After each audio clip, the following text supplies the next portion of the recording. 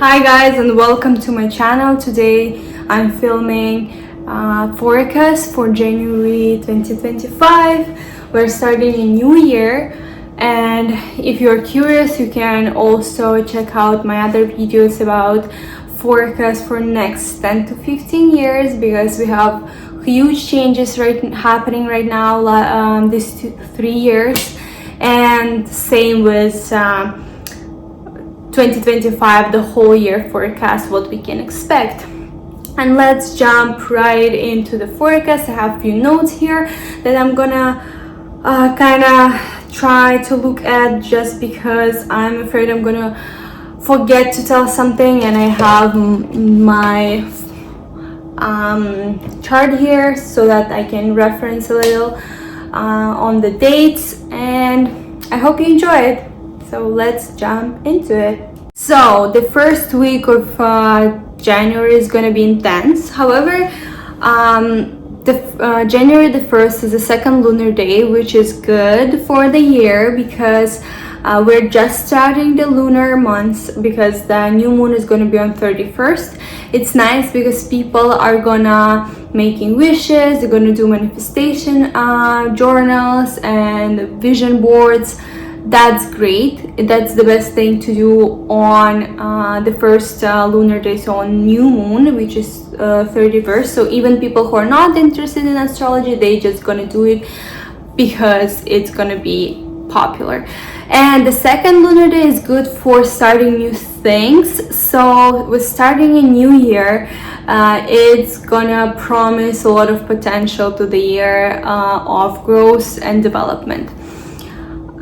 However, at the same day, moon is gonna be in conjunction with Pluto, and will be in opposition with Mars, together with Pluto, and Mars is retrograde. So, and it's gonna be an exact aspect. So what it brings us? It brings us a lot of conflicts and arguments, and it's very tense emotions, because both Mars and Pluto energies, they're very high, intensive. Those are very angry planets. That's why we say, like, when we have those planets in our forecast, they bring a lot of conflicts. They can even bring some events that can affect physical health, and those conflicts can be because of the power, because of the jealousy, debts, inheritance issues, etc. So many things. However, I think there will be something happening on the higher level, maybe not in this specific week, just because Mars is in retrograde. This aspect is gonna we're gonna have this aspect again in some time when Mars is gonna get direct. It's gonna be in spring, and maybe something's gonna happen then, or maybe January, we don't know yet, maybe both. And why? There will definitely be conflicts, don't get me wrong, but really big events that gonna affect like social communities or countries might not happen exactly in January. However, I feel like they might, because we also have not the best aspect of Saturn and Jupiter. Those are both planets that show us the events and differences in social communities, and Jupiter is in retrograde, Saturn was retrograding, and they're gonna bring long-term consequences of big events, big conflicts happening on a social level, something beyond personal and small group conflicts. And this is how we start the year, how we start the months, even though second lunar day is not gonna overdo those aspects. That's what I'm gonna tell you. And Venus is going to change its sign in the first week of January, like early January. It's transitioning from Aquarius to Pisces, so we are starting months. That's a good thing, because Venus in Aquarius is kind of sketchy. I mean, in Pisces too, but Venus in Aquarius and Venus, they have different topics, different energies. So with Venus changing sign to Pisces, we have a more emotional and empathetic vibe, adding to the shit show that's happening. So there will be more romantic things happening in people's lives. I mean, in more personal things, in smaller groups, because there is no aspects with bigger planets, social planets. This is just Venus changing sign, so it's probably more gonna concern small groups or people, like their personal life. So if you experience some issues with your relationship with your partner while Venus was in Aquarius during December, that's the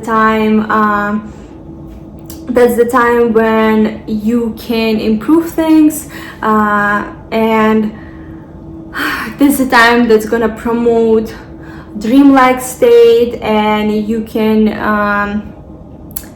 be more idealistic about your partner, which is a good thing and a bad thing, because in a good way you can help your relationship to be more romantic and express love and be more empathetic. However, on the other side, you can not see some things. You will be a little bit blinded in some situations, and you just might either feel like your partner is being dishonest, or maybe you will be dishonest, or there will be some kind of dishonesty between you and you might not even know, or you might know maybe you are dishonest, right? So, but you also have to understand that what I'm saying right now is an overall forecast. It's gonna affect you in some way, but it doesn't have to be your personal relationship. It might be someone else's relationships, and you know about it.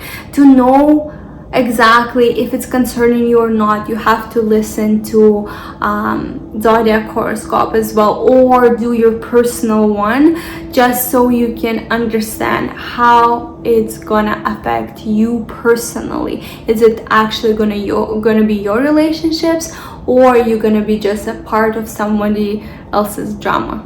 And adding to this dreamy energy, we have a tense aspect between Mercury and Neptune, which might feel like the period of Mercury being in retrograde. So people might have difficulties with processing some information. There will be some miscommunication, like misunderstanding, like issues and mistakes and problems that are concerning our mental side, our thoughts, our documentation, the way we speak, the way we understand people, and that's definitely gonna affect our decision making. So people are gonna try to escape their problems, possibly using some unhealthy coping mechanisms. So try to double check everything. Try not to say any additional stuff that you don't have to say, or promise something. Don't listen to people promises at that time, like first, second week, like beginning of the second week of January, and just avoid relying on someone else's words if it's something important. So try just to verify some facts when you can. And despite this whole chaos happening in the first week of January, I'm gonna tell you one thing: it's gonna definitely affect relationship sphere. However, we have some hope that it's not gonna affect our work environment, just because we have a good expectation with Sun and Saturn. which is gonna give us a little bit of organization and discipline and some hope to be productive. So if you kind of can, there is a potential to stay disciplined. So if you want, you can try to be productive and work and study. Just try to prioritizing being responsible so that you can mitigate some risks in terms of misunderstandings and mistakes, miscommunication, so that you can avoid at least some stress. And then second week of January, we will have a little bit more mental clarity, more skills, more ability to do better decision making. This is a good time to listen for your intuition. So don't do what people are gonna tell you to do. Do what you think is best, what you feel is best, and try to improve your creativity, whether creativity and mental health, and do more spiritual practices, whether it is religion or meditation or some art. Maybe you like writing music, maybe you like painting, whatever keeps your emotional balance. There might be new interests happening, new hobbies in your life. Maybe it might not affect your professional life. It depends again on your personal forecast. However, just try to use your energy to nurture more something artistic, something spiritual, and to be more flexible and creative during the second week. Mid-January. In the mid-January, so Venus firms not the best aspects, and it's gonna bring us emotional instability. We might feel insecure. Many might feel less of a self-confident, and it's gonna probably affect some people's relationships. So try not to demand a lot from your partner, from your relationship, because it's going to lead to some disappointments. Let's try not to create more conflicts, because there is a high chance to get into be irritable and have a lot of tension and get into trouble or conflicts or arguments with some people at that time as well. It's less of a chance than in the beginning of the month, but still also a little bit of risk to get injured. So again, try to keep staying creative and work on your meditation. Work if you're religious, do more religious activities. Focus on gratitude, especially in relationships. Try to see things that you are grateful for in your partner, in your relationship. Avoid being jealous, avoid being envy, because it's gonna harm your mood. Don't look at people, just close your eyes. Don't look at other relationships, don't look at other people. Just try to avoid being jealous, not just of your partner, but also being jealous of other people in relationships, of just other women. If you're a woman and getting jealous of someone else, just try not to look and not to analyze. Same with financial things. Try not to get into other people's finances. Just try so that we don't get jealous of this. Also, there will be a lot of desire to spend a lot on your comfort and like just unnecessary things for your comfort, for your fun adventures and fun time spending, which is gonna affect badly your financial situation. So try to avoid it during this time.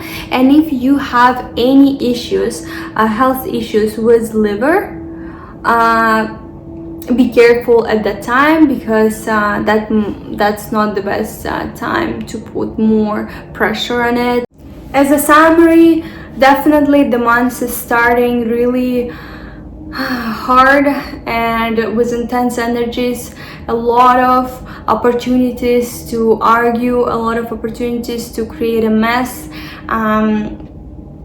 to have problems and conflicts with your loved ones. However, try to identify the areas you need to work on during this time, and hopefully you will be able to embrace those positive vibes and to create cooperation and harmony closer to the 17th, like after the full moon, and then till the end of the month. At the end of the month, you're gonna see the results.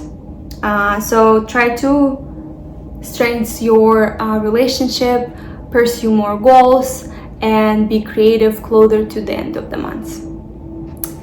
And let me know how it goes. I love you, boys.